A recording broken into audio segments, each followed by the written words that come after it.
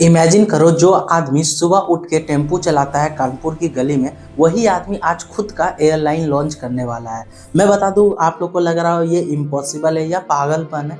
नहीं दोस्तों, ये बिल्कुल रियल कहानी है और इस टाइम हमारे इंडिया में सुर्खियों में छाया है। जिस व्यक्ति का मैं नाम लेने जा रहा हूँ उनका नाम है श्रवण कुमार विश्वकर्मा। ये आदमी टेम्पू चला के खुद का एयरलाइन लॉन्च करने वाला है। एंड ट्रस्ट मी, इस वीडियो के एंड तक आपका रूह कांपने वाला है, क्योंकि आज मैं आपको एक ऐसी स्टोरी सुनाने वाला हूँ ना, ये कोई बॉलीवुड मूवी से कम नहीं है। आज हम लोग एक ऐसी जर्नी के बारे में बात करेंगे, हवा के साथ साथ सपने भी उड़ते हैं। तो ये वीडियो काफ़ी इंपॉर्टेंट है और ये वीडियो उन लोगों के लिए है जो लोग हमेशा एक्सक्यूजेस देते हैं कि भाई मेरे पास काफ़ी कम पैसा है या मैं बहुत छोटा काम करता हूँ, मैं कभी भी बड़ा बन नहीं सकता। तो ये वीडियो देखो, जब एक टेम्पू चलाने वाला खुद का एयरलाइन लॉन्च कर सकता है, तो सोचो अगर आप जॉब कर रहे हो तो आप लोग बहुत ही कुछ कर सकते हैं। तो ये वीडियो अंत तक देखना, काफ़ी मज़ा आएगा। तो चलिए वीडियो को शुरू करते हैं। बाय द वे मैं बता दूं, इंडिया का जो एविएशन सेक्टर है ना, वो 14.78 बिलियन डॉलर का है। इंडियन रुपीज में करो तो आप लोग 1,24,000 करोड़ का आता है। मतलब कि इतना लाख करोड़ हो चुका है इंडिया एविएशन सेक्टर। तो इस सेक्टर में ये एक टेम्पू चलाने वाला जिसने एविएशन में कदम रखा है, क्या ये टिक पाएगा? अगर टिक पाएगा तो क्या क्या इनको फॉलो करना पड़ेगा, अगर नहीं टिक पाएगा तो कौन से रीज़न है, इस वीडियो में जानने को मिलेगा। तो सबसे पहले इनकी स्टोरी को जानते हैं, जो स्टार्ट होता है कानपुर की गलियों से। देखो, ये 35 साल का आदमी है ना, बहुत ही मिडिल क्लास फैमिली से आता है। ना ही कभी स्कूल गए, ना ही कोई अच्छे यूनिवर्सिटी में पढ़ाई की, बट बिजनेस करते करते उनको इतना नॉलेज हो गया जो एक MBA वालों को भी नहीं है। और मैं तुमसे पूछता हूँ, अगर आप लोग आज स्कूल जो जा रहे हो, अगर स्कूल या कॉलेज जाना बंद कर दे तो आप क्या कर पाओगे? ये कमेंट करके मुझे बताएं। जब दूसरे बच्चे स्कूल जा रहे थे तो ये ऑटो चला रहे थे, लोडिंग का काम कर रहे थे और न जाने बहुत सारे काम किए। उनको जो काम मिला वो काम किया।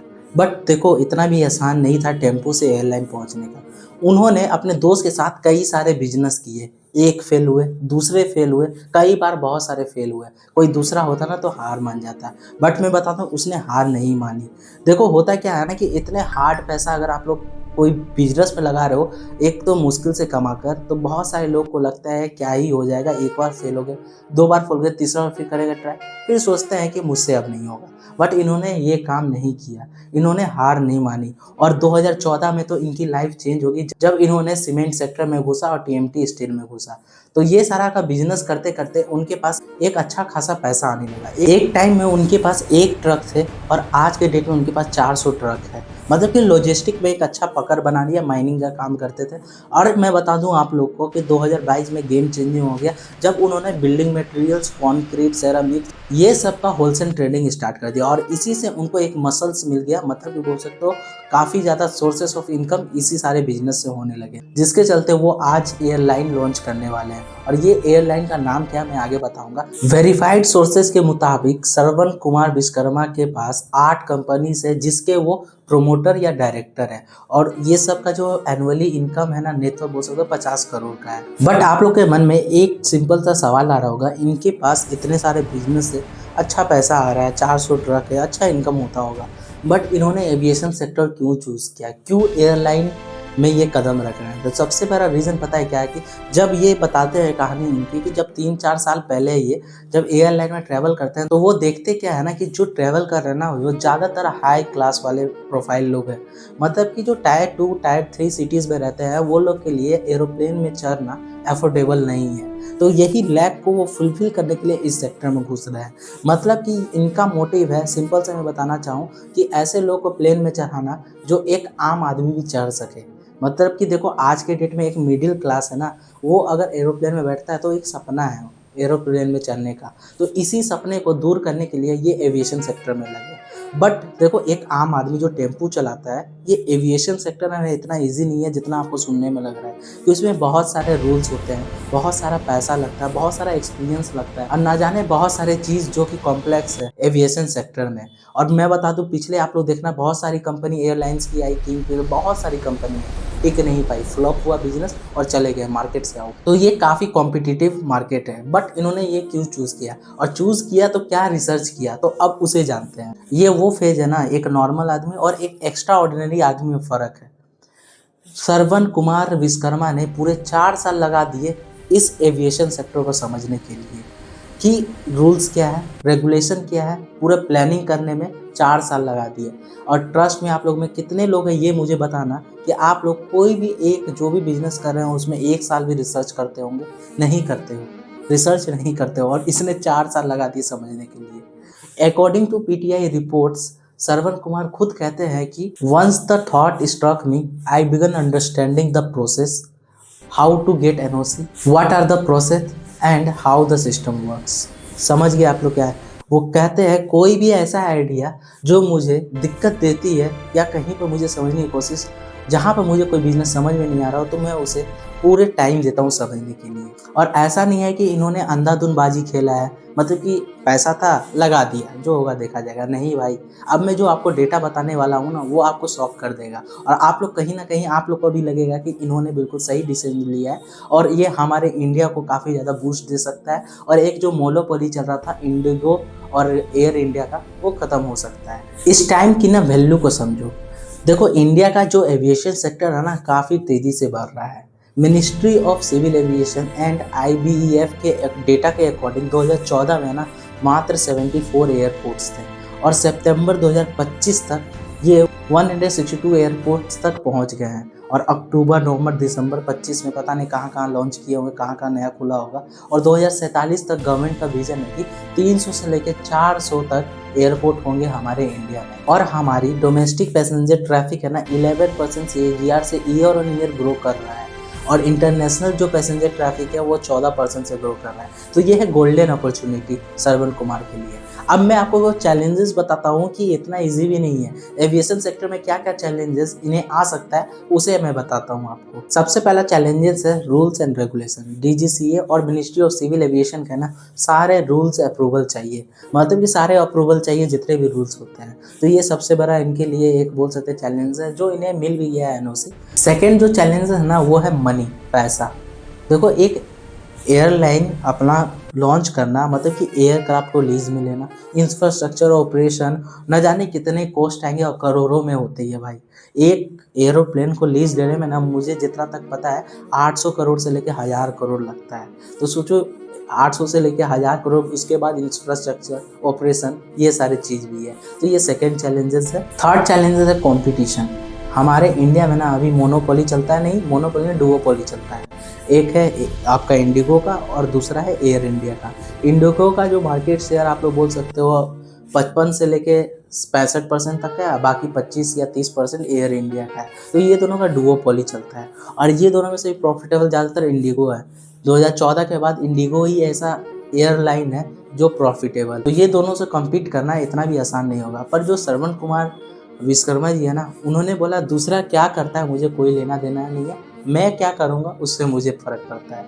तो देखो, उनको कोई फ़र्क नहीं पड़ रहा कॉम्पिटिशन से। उनका सिंपल सा है कि मैं जब बिजनेस में घुस गया हूँ तो मैं जितना अच्छा सर्विस दूंगा तो मेरे लिए उतना अच्छा है।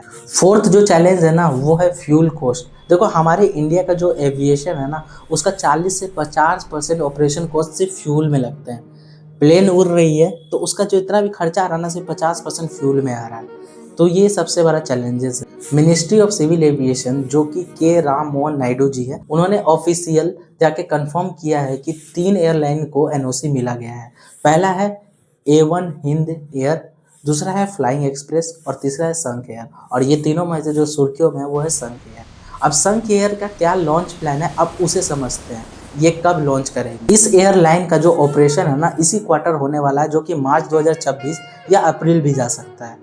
तो उन्होंने 3 एयरबस को लीज में लिया है, जो कि A320 एयरक्राफ्ट है, और इन्होंने मिशन टारगेट रखा है कि अगले 2-3 साल में 25-30 एयरक्राफ्ट इनके पास होंगे। अब ये उड़ान कहाँ से भरेंगे, यानी कि हेड क्वार्टर कहाँ है, लखनऊ में। लखनऊ में क्यों है, क्योंकि ये उत्तर प्रदेश का ना पहला होम ग्रोन एयरलाइन है।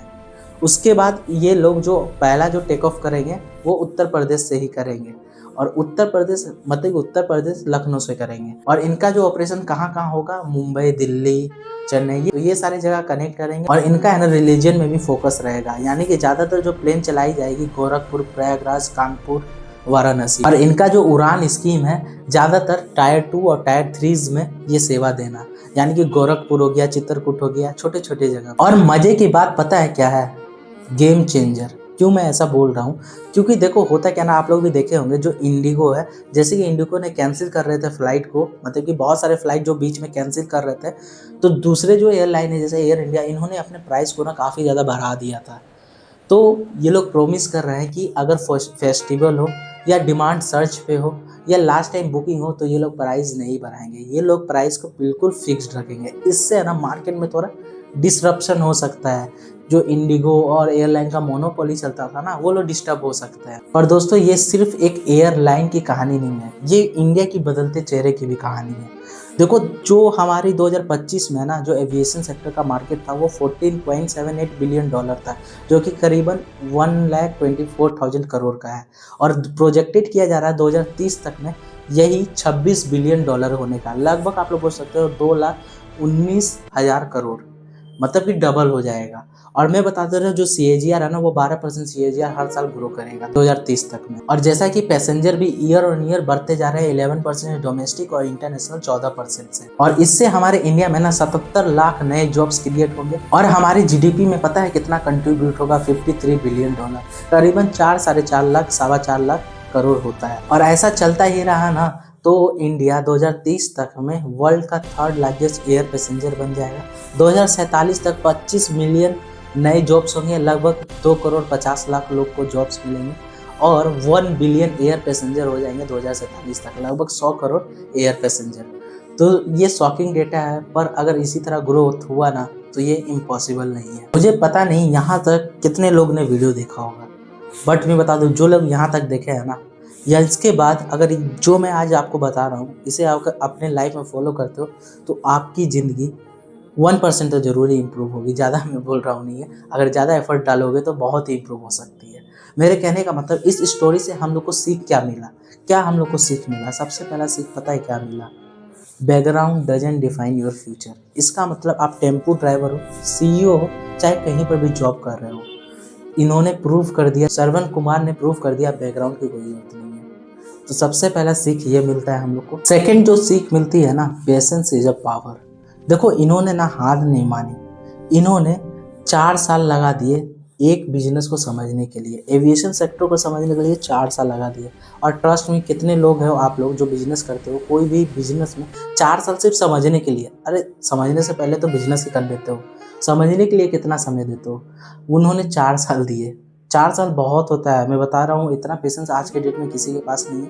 इवन मैं भी अगर कुछ सोचता हूँ ना तो मैं पहले रिसर्च नहीं करता हूँ, मैं डायरेक्ट कूद जाता हूँ। तो मुझे भी सीख मिली कि पहले रिसर्च करना चाहिए, चाहे वो 1 साल लगे, 2 साल लगे, 3 साल लगे या 4 साल लगे, तो समझना बहुत ही ज़रूरी है। तो पेशेंस इज़ अ पावर। जितने पेशेंस के साथ आप एक कोई भी बिजनेस समझने की कोशिश करोगे तो उसमें लॉस कम होंगे, प्रॉफिट जरूर होंगे। थर्ड जो सीख मिलती है ना, सी प्रॉब्लम एज अ अपॉर्चुनिटी। मतलब कि उन्होंने देखा क्या कि जो मिडिल क्लास लोग हैं ना, जिनका सपना है एरोप्लेन में चढ़ने का, उनको पूरा करना, मतलब कि वो प्रॉब्लम है, प्रॉब्लम का सॉल्यूशन ढूंढा उन्होंने।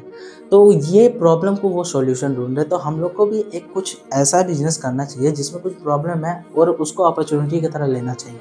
तो इन्होंने बिल्कुल वही देखा, और मैं बता रहा हूँ आपको, जिस टाइम इन्होंने ये बिजनेस शुरू किया है ना, ये जो डुओपोली चलाते थे इंडिगो और एयर इंडिया, तो हमारी सरकार भी चाहती है कि ये डुओपोली को कहीं ना कहीं, मुझे तो ऐसा लगता है कि सरकार भी चाहती है डुओपोली को कम किया जाए, तो ये एयरलाइन को सपोर्ट मिलेगा, और अगर ये सर्विस अच्छा देती है तो इनका बिजनेस जरूर ग्रो। तो इससे सीख मिलता है कि कोई भी प्रॉब्लम को ना हम लोग को भागना नहीं चाहिए, प्रॉब्लम को एज अ अपॉर्चुनिटी लेना चाहिए। फोर्थ जो सीख मिलती है ना, लर्न फ्रॉम फेलियर्स। इन्होंने पहला बिजनेस स्टार्ट किया, फेल हुए, दूसरा स्टार्ट किया, फेल हुए, कई सारे बिजनेस किए, कई सारे फेलियर्स मिले, बट इन्होंने हार नहीं मानी, हार ही नहीं मानी, किया तो बिजनेस बड़ा किया। तो मेरे कहने का मतलब एक ज़िंदगी मिली है, और छोटा मोटा काम करके अगर आप लोग खुश हो तो आप ठीक हो, अगर जिन्हें कुछ बड़ा करना है तो हार से डर मत मानो, अगर कहीं फेल हो जा रहे हो तो डर मत मानो, क्योंकि वो फेलियर से आपको बहुत कुछ सीखने को मिलेगा। और हाँ, एक जगह फेल हो गए, 2 जगह हो गए, 100 जगह फेल हो गए, तो एक जगह ऐसा आपको सक्सेस मिलेगा जो आपकी पूरी लाइफ को चेंज कर देगा। तो लर्न फ्रॉम फेलियर्स। फिफ्थ जो सीख मिलती है ना, ड्रीम बिग एक्ट बिगर। मतलब सोचना इजी है, करना मुश्किल है, बट श्रवण कुमार विश्वकर्मा ने ये करके दिखाया भाई, सोचा भी इजी, करके भी दिखाया। तो सोचना आसान और करना मुश्किल, ये कोई फैक्ट नहीं है, अगर आप चाहो तो कर सकते हो। तो देखो अब मैं आपको सिक्स जो बताने वाला हूँ ना, मेक योर विजन इंक्लूसिव। मतलब कि पैसा कमाना हमारा मोटिव नहीं है, लोगों का भी ध्यान रख कर पैसा कमाना ये हमारा मोटिव है। तो ये 6 चीज़ आपको सीख देता है कि अपने बिजनेस में अगर आप लोग कहीं पर भी हो तो इसे फॉलो करके इनके रियल लाइफ स्टोरी से सीख सकते हो। ये रियल लाइफ कोई कहानी नहीं है, ये बॉलीवुड मूवी नहीं है, ये कोई वेब सीरीज नहीं है। इसे सीख कर आप लोग अपने लाइफ में इम्प्लीमेंट करके बहुत कुछ अचीव कर सकते हैं। तो दोस्तों ये थी श्रवण कुमार विश्वकर्मा की इंस्पायरिंग जर्नी टेम्पो ड्राइवर से एयरलाइन तक। और ये वीडियो को इतना लाइक करो और इतने फैमिली और फ्रेंड्स में शेयर करो ताकि उनको भी इंस्पिरेशन ले सके वो लोग और इस वीडियो को पहुंच सके, उनके लाइफ में इम्प्लीट कर सके। और कमेंट करके ये भी बताओ आप किस फील्ड में शंख बनना चाहते हो। शंख में मेरा मतलब कि कहाँ पर आप बादशाह बनना चाहते हो। कमेंट करके ज़रूर बताना कि किस फील्ड में आप बिजनेस में नंबर 1 जाना चाहते हो या कोई चीज़ करने वाले हो जो कि आपके लाइफ में काफ़ी बड़ा है, तो वो कमेंट करके मुझे बताना। वीडियो को एंड करने से पहले एक बात मैं याद दिला दूं आपको, background doesn't matter, consistency matters, vision doesn't matter until you take action, dream doesn't matter until you make them reality। तो ये वीडियो में एक ही चीज़ बोलना चाहूँगा कि टेम्पू से एयरलाइन तक ये खुद ही एक हौसला वाला फीलिंग है और जो श्रवण कुमार विश्वकर्मा जी ने करके देखा। और हाँ, जब हौसला हो अंदर ना तो रास्ता खुद बन जाता है, जो कि श्रवण कुमार विश्वकर्मा जी ने करके दिखाया, टेम्पू ड्राइवर से एयरलाइन। मिलते हैं आप लोग से नेक्स्ट वीडियो में, तब तक के लिए कीप ड्रीमिंग, कीप अचीविंग। जय हिंद, जय भारत, जय जय श्री राम।